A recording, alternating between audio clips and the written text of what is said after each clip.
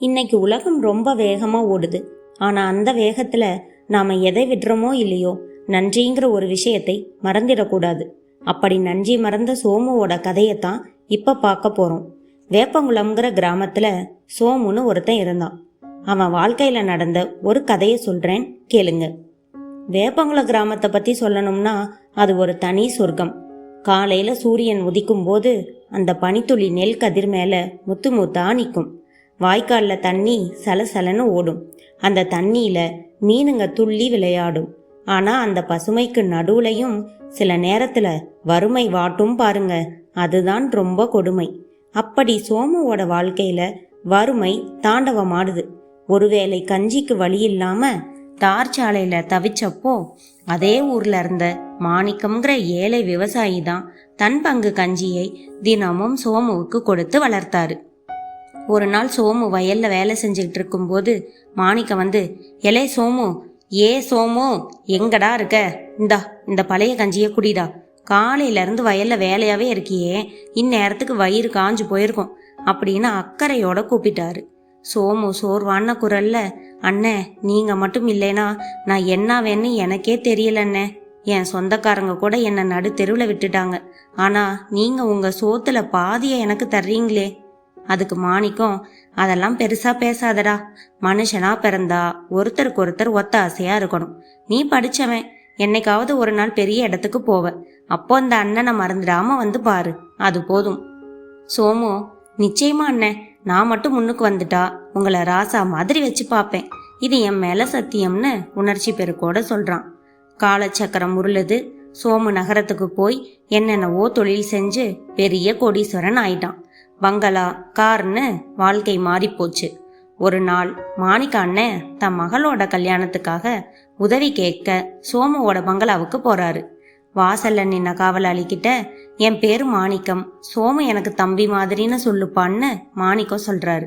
காவலாளி முத்து உள்ள போய், ஐயா மாணிக்க அண்ணன் வந்திருக்காரு, வெயில்ல ரொம்ப நேரமா காத்துட்டு இருக்காருங்கன்னு சொன்னான். சோமு எரிச்சலோட, அவனுக்கு வேற வேலையே இல்லையா, கிணறு வெட்ட பூதம் கிளம்புனா கதையா, ஒரு முறை உதவி செஞ்சா வாழ்நாள் முழுக்க என் தலையிலேயே ஏறி உட்காருவானா, போயும் அந்த பழைய ஆளுகிட்ட நான் என்ன பேச வேண்டியிருக்குன்னு சொல்லிட்டு இருக்கும் போதே மாணிக்கம் உள்ளே நுழைகிறார். அவர் முகம் வாடி இருக்கிறது.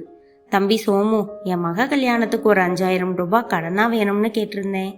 சோமு சத்தமா, போதும் நிறுத்துங்கண்ணே, அன்னைக்கு நீங்க போட்ட ஒரு பிடி சோத்துக்கு இன்னைக்கு என் ரத்தத்தையே கேட்பீங்க போல. ஏறி வந்த ஏனிய எட்டி உதைக்கிறவன்னு என்ன சொன்னாலும் பரவாயில்ல. முத்து, இவருக்கு ஒரு 100 ரூபாயை கொடுத்து பஸ் ஏத்தி விடு. இனிமே என் வாசலை இவரை பார்க்க கூடாது. மாணிக்கம் அமைதியாக, சோமு, கழுதைக்கு தெரியுமா கற்பூர வாசனைன்னு சும்மாவா சொன்னாங்க? உன் பண திமிருக்கு முன்னாடி என் அன்பு தெரியாதுதான். ஆனா ஒன்னு தெரிஞ்சுக்கோ, காலச்சக்கரம் எப்பவும் ஒரே இடத்துல நிக்காதுன்னு சொல்லிட்டு அந்த இடத்த விட்டு வேகமா கிளம்பிடுறாரு. காசு இருக்கு, ஆனா சோமுவோட மனசுல ஒரு நிம்மதி இல்லை. எதையோ தேடி ஓடுறான். கொஞ்ச நாளைக்கு பிறகு சோமு தன் ஊர் திருவிழாவிற்காக கிராமத்துக்கு வர்றான். அப்போ அவனோட பரம்பரை சொத்தான தன் அப்பாவோட கடைசி நினைவான ஒரு வைர மோதிரம் காட்டுப்பாதையில தவறி விழுந்துடுது.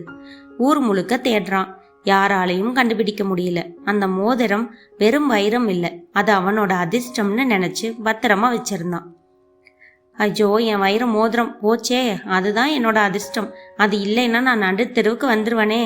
ஆசை இருக்கு தாசில் பண்ண, அதிர்ஷ்டம் இருக்கு கழுதை மேய்க்கன்னு என் நிலைமை ஆயிடுச்சேன்னு சோமி புலம்பி தள்ளுறான். இருட்டுன நேரத்துல ஒரு சின்ன லாந்தர் விளக்கோட ஒருத்தர் வர்றாரு.